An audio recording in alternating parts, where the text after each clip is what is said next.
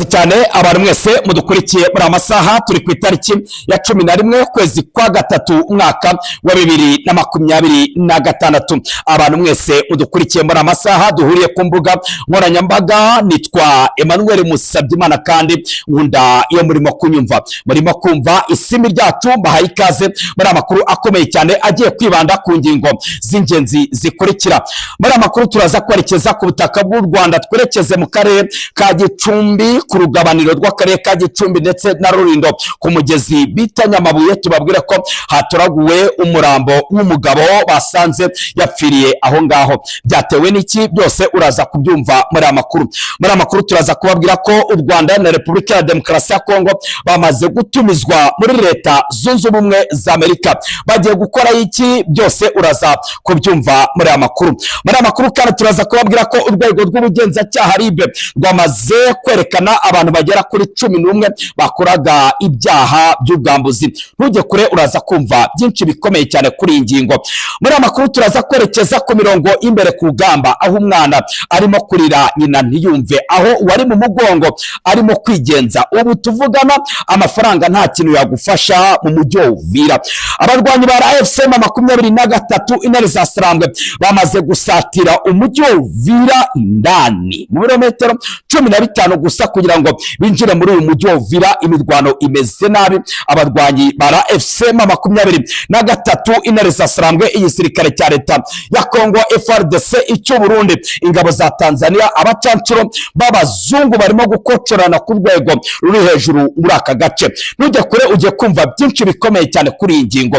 Turaza kwerekeza muri teritwari ya Minembwe, tubabwire ko abarwanyi ba LE17I03I2026 intare za Sarambwe barimo kugabwaho ibitero bikomeye cyane, ibitero simusiga. Igisirikare cya leta ya Kongo FARDC kirimo kugaba ibitero ahitwa Mikenke ndetse no mu Bidego. Ibintu bimeze nabi. Byose ndabifite imbere yanjye, uraza kubyumva muri amakuru.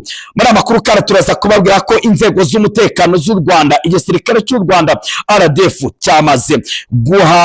cyamaze guha ibikoresho by'ishuri abana biga mu ishuri ribanza rya Buji. Ntujye kure, nabyo uraza kubyumva, ariko turaza kubigara ko tuvuye kuri ariya makuru yo ku mirongo y'imbere ku rugamba. Hanyuma rero andi makuru turaza kubabwira ko meya wa Entebbe yatsinzwe n'urubanza ku mafaranga afitanye isano n'abarwanyi ba LE17I03I2026. Bimeze bite? Bihagaze bite? Ntujye kure, uraza kumva byinshi bikomeye cyane kuri iyi ngingo. Turaza kubabwira ko muri Repubulika ya Demokarasi ya Kongo urukiko rwumvise ubuhamya bwa General Mbara Ndima mu muhezo. Ntujye kure rero, ayo ni amakuru akomeye cyane tujye kugenda tugaruka nibiza kudushobokera. Turaza kwerekeza mu mujyi wa Goma turebere hamwe amakuru akomeye cyane izo ngingo. By'umwihariko turaza kugaruka mu makuru yacu ya mu gitondo, turaza kugaruka i Bukavu tubabwire uko situation zimeze ndetse no ku kibuga cy'indege cya Kavumu. Hanyuma rero amakuru maze kubabwira izo ngingo tujye kugenda tugarukaho. Nyemerera urebe munsi ya video kuri ako gakumwe kareba hejuru cyangwa se kuri like, ariko kandi nyemerera urebe munsi ya video ahantu handitse subscribe kugira ngo amakuru yacu utazajya uyabona yamaze kuba umuranzi. Hanyuma rero mu burasirazuba bwo hagati turaza kubabwira ko ambasade ya Leta Zunze Ubumwe za Amerika i Baghdad yagabweho igitero simusiga n'igihugu cya Iran. Ibintu bimeze nabi muri aka kanya ahitwa i Baghdad ni muri Iraq. Hanyuma rero nyemerera nsome ku mazi amasegonda 2 gusa, ubundi ngaruke nyatotora nkubwira byinshi bikomeye cyane by'umwihariko byibanda ku mirongo imbere ku rugamba ku butaka butegetswe na Perezida Felix Antoine Tshisekedi Tshilombo, by'umwihariko mu nkengero z'umujyi wa Uvira. Ivumbi ririmo gutumuka. Ntujye kure, nkwaikaze.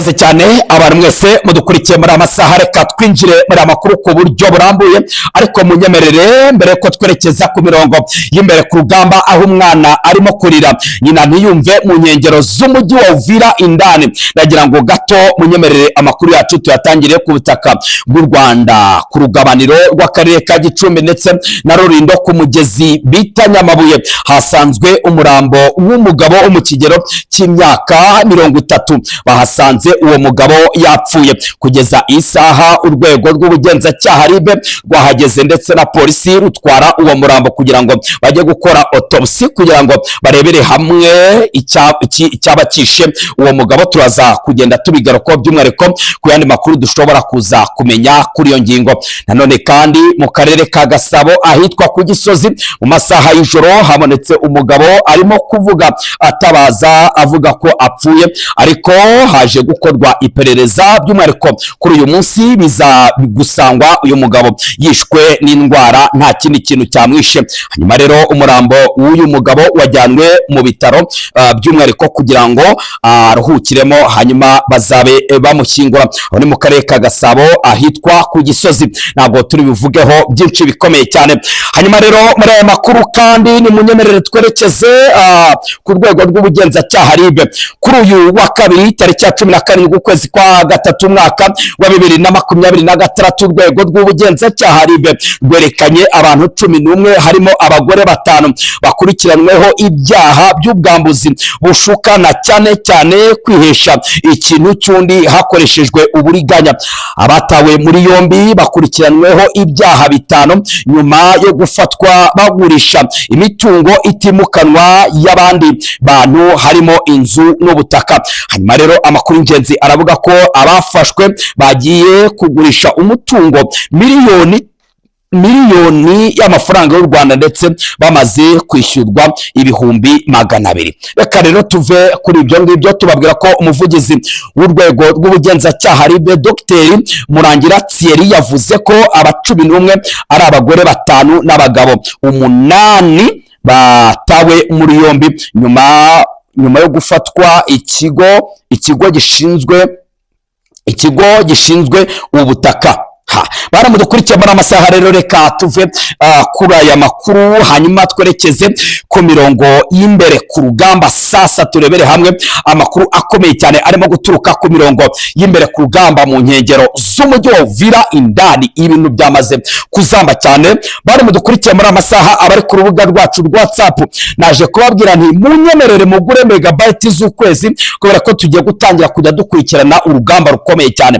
Ingabo z'umutwe w'abarwanyi bara FC 23 intare za Sarambwe twirwanaho MRDP Mouvement Révolutionnaire Dignité du Peuple kuri uyu wa kabiri tariki ya 17 ukwezi kwa gatatu umwaka wa 2026 zigaruriye agace bita Kiringo gaherereye mu birometero bike cyane uvuye mu mujyi wa Uvira wa kabiri mu ntara ya Kivu y'Amajyepfo. FC 23 yafashe burundu aka gace nyuma yuko ejo kuwa mbere yigaruriye ikindi gice kimwe cy'ako gace Kirungu. Aka gace bita Kirungu kafashwe n'abarwanyi ba FC 23. Hanyuma rero amakuru ingenzi aravuga ko ari nyuma y'ibitero bikomeye cyane byagabwe ku barwanyi b'igisirikare cya leta ya Kongo FARDC, Wazalendo, ingabo z'u Burundi, FDLR, abacancuro b'abazungu, ingabo za Tanzania, imitwe twaza intwaro ya CNRD. Amakuru ingenzi rero aravuga ko mu gitondo cyo kuri uyu wa kabiri Bwana Lawrence Kanyuka umuvugizi w'abarwanyi bara FC 23 yatangaje ko ziriya ngabo zagabye igitero ahitwa Kabunambo. Ahangaha duherutse kubabwira ko harimo kubera ikotano ry'imirwano. Amakuru ingenzi rero aravuga ko imirwano yabereye ku muhanda munini uhuza imijyi ya Bukavu ndetse na Uvira cyo bita route nationale numero 5 mu kibaya cya Ruzizi. Namakuru twababwiye ko ku munsi w'ejo uyu muhanda igisirikare cya leta ya Kongo FARDC cyari cyawufunze mu masaha y'igicamunsi. Impande zombi zasakiranye ku rwego ruri hejuru. Hanyuma rero mu gace bita Ruvungi ibyatumye abaturage bahatuye bahunga ku rwego ruri hejuru berekeza ahitwa mu Runingu. n'amakuru ingenzi rero akomeje guturuka ku mirongo imbere ku rugamba nk'uko amakuru ingenzi arimo kugenda abivuga. Hanyuma rero ku mirongo imbere ku rugamba, tukiri ku mirongo imbere ku rugamba, reka tubabwire ko igisirikare cya leta ya Kongo FARDC cyongeye kugaba ibitero bikomeye cyane by'umwihariko ahitwa Ruzizi. Amakuru ingenzi arimo guturuka ku mirongo y'imbere ku rugamba. Igisirikare cya leta ya Kongo FARDC cyagabye ibitero bikomeye cyane ahitwa Ruzizi gikoresheje imbunda ziremereye cyane. Ingabo za leta ya Kongo FARDC kuri uyu wa kabiri tariki ya 17 kwezi kwa gatatu mwaka wa 2026 bagabye ibitero bikomeye cyane hakoreshejwe imbunda ziremereye mu kibaya cya Ruzizi mu ntara ya Kivu y'Amajyepfo. Amakuru rero y'ibi bitero yemejwe na M23 biciye mu muvugizi wabo Bwana Lawrence Kanyuka abinyujije ku rukuta rwe rwa X. Yavuze ko ibi bitero byagabwe ku muhanda munini uhuza umujyi wa Bukavu ndetse na Uvira nimero 5 mu gace bita Kabunambo. Ati intambara rusange yashojwe n'ubutegetsi bwa Kinshasa igeze ku rundi rwego ku muhanda munini cyane route nationale nimero 5. N'ibitero byagabwe mu masaha 12:40 za mu gitondo. Ingabo zabo bazakomeje kurasa ku rwego ruri hejuru. Amakuru ingenzi rero aravuga ko ahitwa kurya gatatu hesitaye imbunda ziremereye cyane zigomba kurasa ahitwa muri Kamanyora. Ibintu bisa nkaho byamaze kuzamba cyane. Na FCM23 ivuga ko ibyo bitero byateje urupfu n'akaga gakomeye cyane muri kaya gace, ndetse bituma abaturage benshi b'inzirakarengane bahasiga ubuzima abandi barahunga. Bwana Lawrence Kanyuka ntabwo yigeze agaragaza nimba hari abasirikare babo baba baguye ku mirongo imbere ku rugamba usibye mu kibaya cya Ruzizi. Na FCM23 iravuga ko kandi leta ya Kinshasa yagabye ibindi bitero bikomeye cyane ahitwa mu Bidegu, Mikenke no mu nkengero zaho muri komine ya Minembwe. Umutwe w'abarwanyi ba M23 wagaragaje ko agabweho ibitero bikomeye cyane bitigeze bibaho by'umwihariko hano ku butaka bwa Kongo. Yunzemo ati ibyaha nk'ibi ngibi ntibikwiye kwihanganirwa, tugiye gukora ibishoboka byose kugira ngo turebe icyo gukora. Abarwanyi ba FCM23 kandi bongeyeho gushimangira ko biyemeje kurinda abaturage ndetse no kurinda ibice byabo bagenzura. Ibi bintu byose bituma leta zunze ubumwe za Amerika zitumizaho u Rwanda ndetse na Repubulika ya Demokarasi ya Kongo muri leta zunze ubumwe za Amerika. Ni mu gihe kandi perezida wa leta zunze ubumwe za Amerika akomeje gushinyagurira abakongomani ababwira ko intambara yo mu burasirazuba bwa Repubulika ya Demokarasi ya Kongo yayishoje. Ubutegetsi bwa perezida Donald Trump, perezida wa leta zunze ubumwe za Amerika, bwatumije i Washington intumwa z'u Rwanda ndetse na Repubulika ya Demokarasi ya Kongo mu rwego rwo gushaka uko ibiganiro bigamije amahoro mu burasirazuba bwa Repubulika ya Demokarasi ya Kongo byakongera kubyutswa. Ibi biganiro kandi biteganyijwe kubera muri Minisiteri y'Ububanyi n'Amahanga y'Amerika. Bizahuza intumwa z'impande zombi mu biganiro byihariye n'ibihuriweho. Ibi ni ibiganiro kandi ikinyamakuru The African Report cyavuze ko biyobowe n'abayobozi b'inama y'umutekano wa Amerika. Hanyuma rero amakuru aravuga ko abangaba bahuriye muri Maison Blanche, ishami rya leta zunze ubumwe za Amerika rishinzwe Afrika. Ni ubwa mbere izi mpande zigiye kongera guhura kuva mu ntangiriro z'ukwezi gushize ubwo Amerika yafatiraga ibihano ingabo z'u Rwanda, harimo abayobozi bakuru, harimo umugaba mukuru w'ingabo z'u Rwanda General Mubaraka Muganga. Hanyuma rero ibi bihano kandi byahise byamaganirwa kure by'umwihariko n'igisirikare cy'u Rwanda ndetse n'inzego z'ubuyobozi ishami rya politike. Uwo bita ambasaderi w'ububanyi n'amahanga w'igihugu cy'u Rwanda ndetse n'umuvugizi w'u Rwanda Yolande Makoro bavuze ko ibi bihano nta kintu bivuze kandi ibi bihano bitazatuma u Rwanda rwikorezwa imitwaro ya Repubulika ya Demokarasi ya Kongo, kandi bavuze ko kuba u Rwanda rwafatirwa ibihano ibingibi bitazakuraho ibibazo Repubulika ya Demokarasi ya Kongo ikoreye. Amakuru rero avuga ko abazitabira ibi biganiro harimo More de Lorenzo usanzwe ari umujyanama mukuru wa perezida wa ari umujyanama ni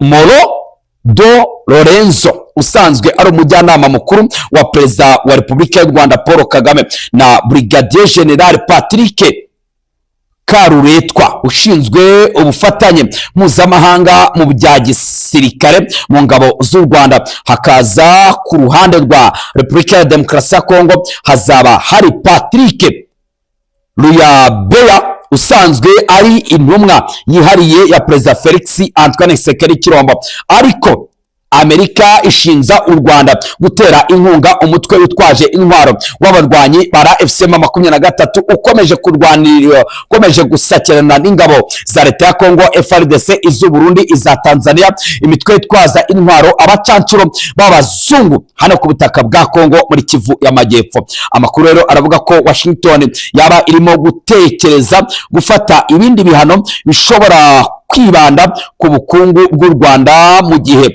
nta musaruro waba uvuye muri biriya biganiro. Kongo rero Kinshasa nayo muri iki gihe iri ku gitutu kubera igitero cya drone yagabye igoma kigahitana Umufaransakazi uwo bita Karine Busete wakoreraga umuryango w'abibumbye ishami rya UNICEF. Abayobozi ba Amerika bagaragaje impungenge z'uko gushinza uruhande rumwe gusa bishobora gutuma igisirikare cya Kinshasa kirushaho gukaza ibitero.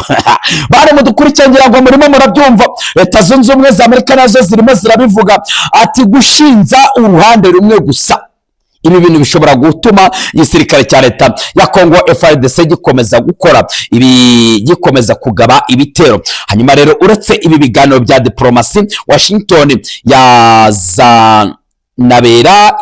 hazanabera inama ya Powering African Summit izahuza abaminisitiri b'ingufu baturutse mu bihugu bitandukanye bya Afurika, harimo na minisitiri wa Repubulika ya Demokarasi ya Kongo ushinzwe ibikomoka kuri peteroli uwo bita Association Bandubora Mbongo. Iyi nama kandi izanitabirwa n'umunyamabanga wa Leta Zunze Ubumwe za Amerika ingufu Chris Wright, ikazibanda mu kongera imbaraga ubufatanye mu ngufu, harimo ishoramari mu mushinga wa peteroli ndetse na gazi. Ngira ngo iyi nkuru murayumva cyane. Hanyuma rero ati Leta Zunze Ubumwe za Amerika iti buriya gushinza uruhande rumwe nabo bamenye ko aka kanya barimo gufana Repubulika ya Demokarasi ya Kongo. Ati ibi bintu birimo guteza akaga gakomeye cyane.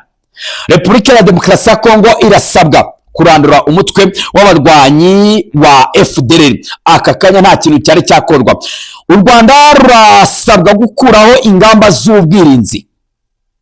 U Rwanda rurasabwa gukuraho ingamba z'ubwirinzi. U Rwanda aho gukuraho ingamba z'ubwirinzi ahubwo barimo kuzongera. Barimo kuvuga ko amazi atari yayandi. Ati Leta Zunze Ubumwe za Amerika ziri inyuma ya Repubulika ya Demokarasi ya Kongo. Ati rero kubera izo mpamvu twebwe tugomba gukaza umutekano w'u Rwanda kugira ngo hatazagira umuturage w'u Rwanda uzabangamirwa. Hanyuma se u Rwanda rukomeze rukaze ingamba z'ubwirinzi cyangwa se ruzikureho? Ndagira ngo utange ibitekerezo byawe hasi muri comment umbwire uko ubyumva. Aho gukuraho ingamba z'ubwirinzi ahubwo barimo kuzongera. Andi makuru rero ni amakuru rero akomeye cyane avuga ko Meya wa Entebbe urukiko rw'ubucuruzi muri Uganda rwatangaje ko rwatesheje agaciro ikirego cyari cyatanzwe na meya w'umujyi wa Entebbe Fabrice Brande Rurinda yaregeragamo banki ya Stanbic Uganda ku bijyanye n'amafaranga angana n'amadolari ibihumbi 73 asaga miliyoni 104 z'amafaranga y'u Rwanda. Umwanzuro wasomwe ku wa mbere mu buryo bw'ikoranabuhanga, umucamanza Stefano Mubiru yavuze ko iki kirego kidashobora kwemerwa bitewe nuko ayo mafaranga yari afitanye isano n'ibikorwa binyuranyije n'amategeko. Inyandiko z'urukiko zigaragaza ko Rulinda afite konti y'amadolari ya Stanbic Bank ishami rya Bugolobi kuwa 10 Kamena umwaka wa 2017 isosiyete yitwa Green Global Corporation yohereje amadolari 422 n'imisago, ikurikirwa n'andi amadolari 73 n'imisago kuwa 11 Kamena umwaka wa 2017. Nyuma ya banki yashubije amafaranga ya kabiri ku yoherejwe. Ibintu Rulinda yavuze ko byakozwe nta burenganzira yatanze, bityo arega banki ayishinza kutubahiriza amasezerano. Hanyuma rero bana mudukurikire, reka tuve kuri iyo ngingo kuko iyo ngingo ndumva nubwo wenda ifite aho ihuriye n'abarwanyi bara FC23, ariko kandi reka tugaruke kuri inkuru ikomeye cyane by'umwihariko igaruka ku mirongo y'imbere ku rugamba. Amakuru ingenzi arimo guturuka ku mirongo y'imbere ku rugamba ni amakuru akomeye cyane avuga ko Iran yagabye ibitero bikomeye cyane mu gihugu cya Iraq ahitwa i Baghdad. Nkuko rero abatangabuhamya b'inzego z'umutekano babitangaza ngo ibisasu byinshi byaturutse mu murwa mukuru wa Iraq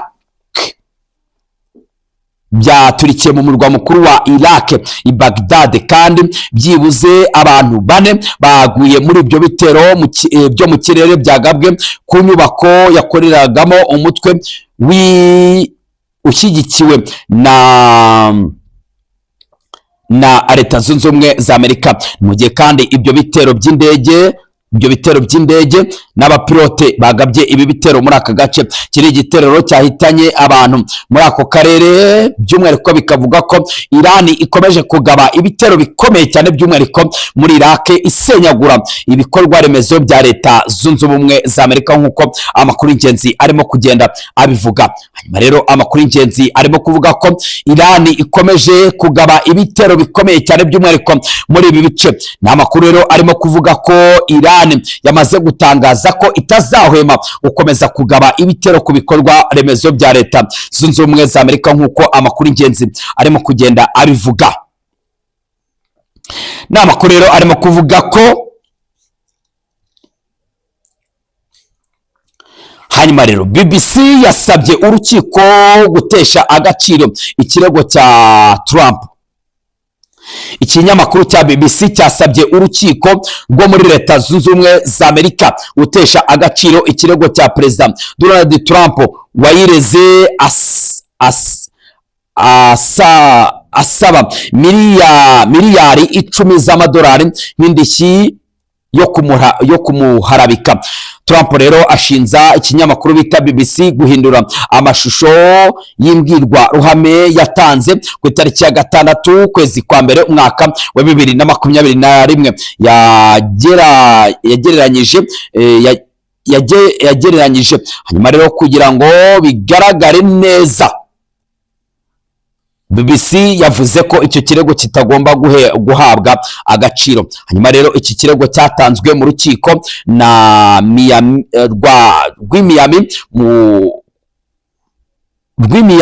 mbere kivuga ko filime mbarankuru ya BBC yitwa Panorama mu mwaka wa 2024 yagereranyije imbwirwaruhame yavuzwe na Perezida wa Leta Zunze Ubumwe za Amerika mu bihe bitandukanye, igatambutswa mbere y'amatora yabaye mu mpera ya 2024 muri Leta Zunze Ubumwe za Amerika. Hanyuma rero urumva ko BBC irasaba ko kiriya kirego cyateshwa agaciro. Ni mu gihe kandi ibintu bikomeje kuzamba by'umwihariko mu burasirazuba bwo hagati. Igihugu cy'Uburusiya, igihugu cy'Ubushinwa igihugu cya Korea ya ruguru bakomeje kugaragaza ko bazajya inyuma igihugu cya Iran. Ni mu gihe kandi leta zunze ubumwe za Amerika zamaze gukuraho ibihano ku ruhande, bamaze gukuraho ibihano ku gihugu cy'Uburusiya. Ubu tuvugana ni umunsi wa gatatu wo gukurirwaho ibihano, ariko kandi ni ibihano byakuweho byibuze mu minsi 14 kugira ngo barebe uko Uburusiya bwitwara muri iki kibazo. Ibintu bikomeje kuzamba by'umwihariko hariya muri leta zunze ubumwe za Amerika. Ni ibintu rero twavuga ko igihugu cy'Uburusiya cyamaze kugaragaza uruhande kiriho, kandi Korea ya ruguru ikomeje kuvuga ko rwose yifuza kugeragereza ibisasu byabo muri leta zunze ubumwe za Amerika. Reka tubashimire kandi tubifurize gukomeza kugira ibihe byiza.